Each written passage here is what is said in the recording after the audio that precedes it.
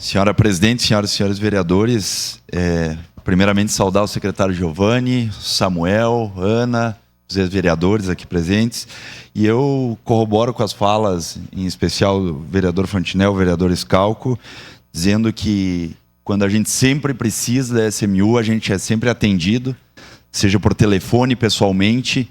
Eu tive a oportunidade, por 2 anos, trabalhar como estagiário, por mais 4 anos trabalhar como cargo em comissão dentro da Secretaria do Urbanismo, mais voltado para a área da fiscalização e assessoria do então secretário Fábio Vanin, à época.